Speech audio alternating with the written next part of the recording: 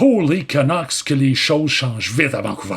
Il y a juste 2 ans, cette équipe-là jouait à peine pour 500 avec 38 victoires, 37 défaites, 7 défaites en surtemps. L'année dernière, saison de 50 victoires, un titre de division, une priorité de 5 points sur les Oilers d'Edmonton qui se sont rendus jusqu'en finale de la Coupe Stanley. Même au niveau individuel, les choses changent rapidement. Il y a 1 an à peine, les Canucks essayaient par tous les moyens d'échanger Brock Boeser qui avait l'air d'avoir besoin d'un changement d'air après une saison de 18 buts. L'année dernière, Boeser en inscrivait 40, surpassant du même coup ses sommets personnels par 11 buts et 17 points. C'est pratiquement tout un Josh Anderson de plus, ça, là.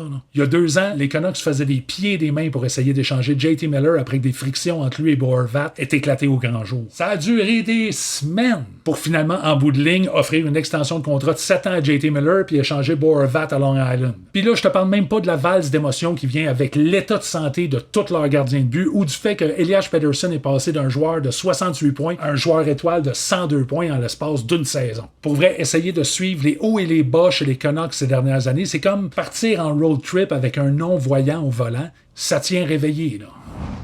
Et c'est encore le cas cet été où les Canucks ont été assez actifs sur le marché des agents libres, tant au niveau des arrivées que des départs.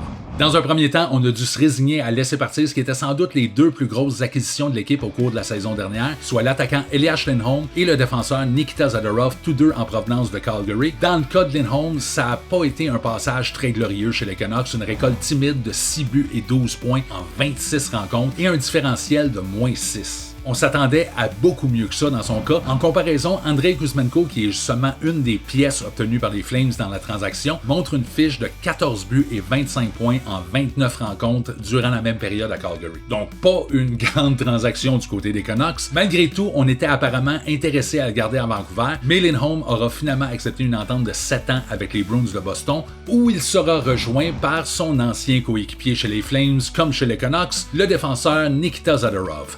Dans son cas, ça a été un passage beaucoup plus heureux chez les Canucks où on l'a utilisé avec un peu tout le monde de Tyler Myers à Ian Cole en passant par Noah Jolson. Autrement dit, tout le monde à l'exception des 2 meilleurs défenseurs de l'équipe. Je pense qu'on aurait tout de même bien aimé ça le garder à Vancouver, mais encore une fois, les méchants Bruins auront eu le dessus sur les Canucks. Une phrase qui n'est pas sans rappeler le résultat dramatique de la finale de la Coupe Stanley de 2011. Mais bon, il y a quand même pas juste du monde qui part de Vancouver, il y a aussi du monde qui arrive. En défensive, on a notamment ajouté le vétéran Derek Forbert ainsi que le défenseur format géant Vincent Desharnais.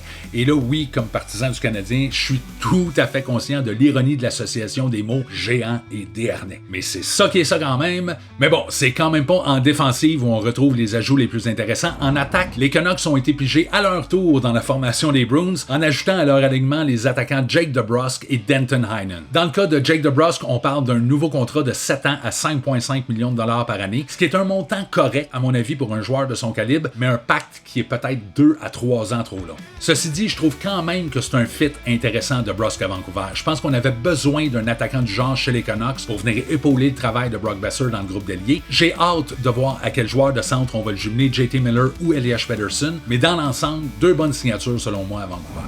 L'autre signature dont je veux absolument parler parce que c'est un joueur que j'espérais voir se joindre aux Canadiens de Montréal cet été, c'est l'attaquant Daniel Sprong. Dans un premier temps, j'avoue que je comprends pas pourquoi l'intérêt envers lui semblait aussi bas cet été. On parle quand même d'un attaquant qui revient de 2 saisons de 46 et 43 points, une saison de 20 buts à Seattle il y a 2 ans en seulement 66 rencontres, et encore plus étonnant que ça, c'est qu'il a été en mesure de produire ces 89 points-là en même pas 12 minutes de temps de jeu en moyenne par rencontre. Je sais pas s'il y a un problème d'attitude avec lui dans le vestiaire et je comprends que c'est probablement pas le meilleur ou le plus responsable défensivement, mais avec ce genre de production-là, de le voir signer un contrat d'1 an à même pas 1 million de dollars par année, à mon avis, ça aurait dû être un no-brainer pour n'importe quelle formation, incluant le Canadien. Puis personnellement, c'est pas un de mes critères, mais le gars a quand même grandi à Montréal.